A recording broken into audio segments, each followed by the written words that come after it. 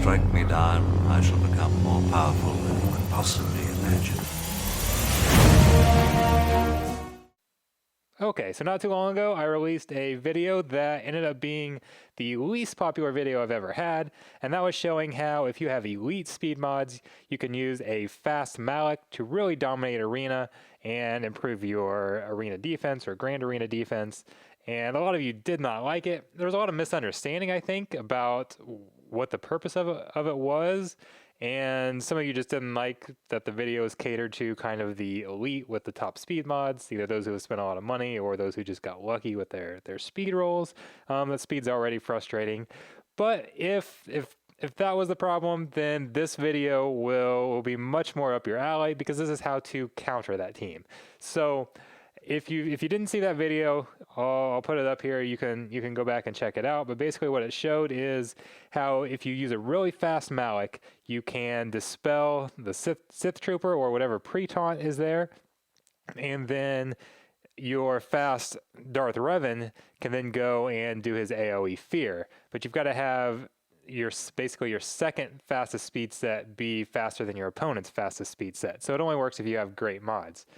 Well, it's becoming a lot more popular in arena, and here's a couple different ways to defeat this. So what we're going to do is actually use Brute Alpha as our tank, and the reason we're going to do that, so there's two reasons. The biggest thing is, as you can see here, he can regain his taunt after Malak dispels it. Now there's some RNG involved because he also has to resist shock. And we don't know exactly what his tenacity is. I just did a video about that as well, and this is the reason I was looking at his stats, because I wanted to know what his tenacity is, and can we get that tenacity up high enough that he always resists. It seems like he resists it quite a bit, and Geo Brute Alpha has a very high tenacity, a very high starting tenacity, and then gains tenacity on his unique as well. So we don't know exactly what the tenacity is. It seemed like when we were testing this, when we added a tenacity cross, that Brute was then able to resist shock more. But then when I ran the test checking Brute's stats, it's very hard to check tenacity because that's a percent thing, and you need a lot of input in order to find out where the percent is. None of his stats really, outside of health, none of his stats had a huge jump on the ones that we could actually measure. So I don't know if adding a tenacity cross actually helps that. But it does seem like we're able to get a decent amount of resist if we use Geo Brute Alpha. And then he obviously summons that Brute. He can regain taunt after Malak attacks, and that avoids that AoE fear that gives that huge start. So it's still, when we don't have that mod advantage, it still ends up a little dirty, but we are able to get some wins fairly consistently as long as we get that resist, which happens a lot, but definitely not all the time. So one thing you can do if you don't want to rely on that resist is actually use a dual tank. And Sith Trooper is obviously one of the most common ones, so we went with him. And you're going to get that double tank here. So even if you don't resist, Revan cannot target the opponent's Revan cannot target your Darth Revan in order to get that AoE shock. So we don't get that terrible start. That is the problem with these very, very fast Malak and Darth Revan squads. And then on top of that, Brute is actually an awesome taunt, and there's several advantages over Sith Trooper. In this case, we're using it with Sith Trooper to show that double taunt. But just in general, regardless of if you're facing a fast Malak or if it's just your typical fast Darth Revan and Bastila where you've got a mod disadvantage, Brute actually is very effective.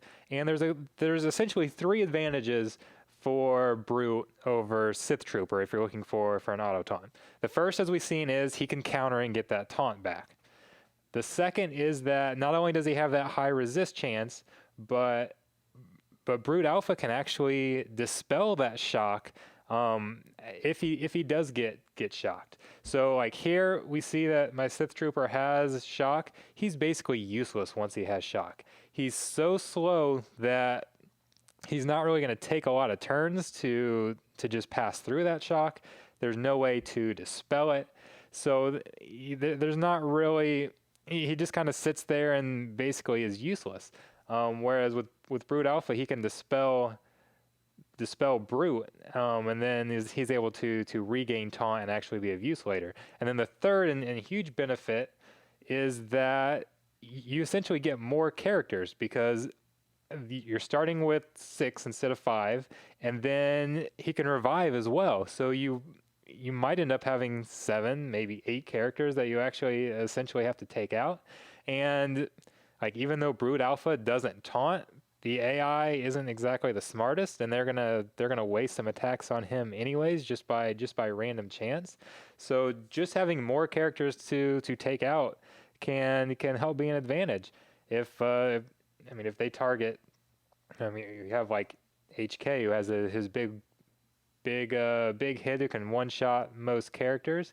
I mean, it's certainly an advantage if he targets somebody like Brute Alpha or Brute or something like that, instead of taking out your Darth Revan or Fallen Bastel or whoever it is.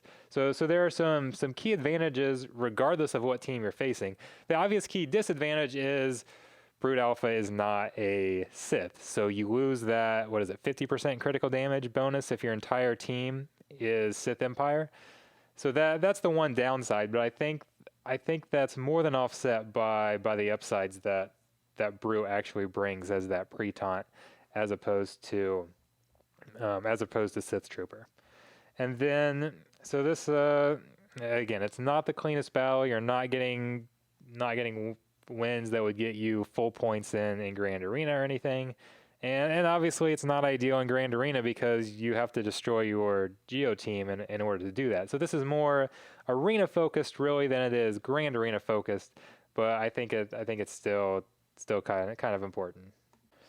And I'll show one more battle here. This is a battle of it on defense, and it's not something that's going to hold every time on defense, but I wanted to show how it actually can get a win on defense, because if you can get a win on defense with the AI running it, even if it was due to some luck, that still shows how good of a team it can be. And this is not one that, so the first 2 videos were showing the fast Malak setup. This is a more traditional setup where Darth Revan goes first, what you'll see the majority of the time. So I wanted to show how it works there as well. And this is not just something that's specific to a fast Malak. But I mean, you can see how the offense here got off to its typical great start that you get off to whenever you got those great mods, and Fallen Bastel spreading all the debuffs and everything. It appears to be going essentially pretty well here. Now HK gets that big hit, which will happen sometimes, and a lot of times that's the only character that you'll even lose. We're gonna get him down here next, I think. Yeah. So look here, like if we had Sith Trooper over on the other side instead of Brute Alpha and Brute, this match is over. It essentially is. And we are going to see one little mistake, but this is something that you'd almost never come back from, especially the defense with the way the AI runs it. They never come back from this, but Brute is able to taunt again, which kept us from killing off Fallen Basilisk. So now we've still got all this corrupted battle meditation there. And the mistake we made is, instead of going and finishing off Alpha, we thought we could finish off Fallen Basilisk and get her down. Didn't quite get there, and revived Brute. So again, just having that extra character was absolutely huge. Ended up having to take out Brute twice, so it was kind of 7-on-5 in a way. And then comes back again, although the match was over at that point. So just showing how well that team can work and how it's a great setup. So a huge shout out to Doc Ravage, his name over on the left hand side, provided a lot of footage for this and helped set it up and everything. And then of course all my Patreons, you guys have been amazing. Thank you for all of your support. I know I haven't gotten that many videos done the last week. There's been a lot of drama and I've had a crazy work schedule, but I've got a few more coming on their way, and I'm not stopping. I'm not going anywhere. These are going to continue to come out. So thanks a lot to everybody. You guys are awesome. Have a good night.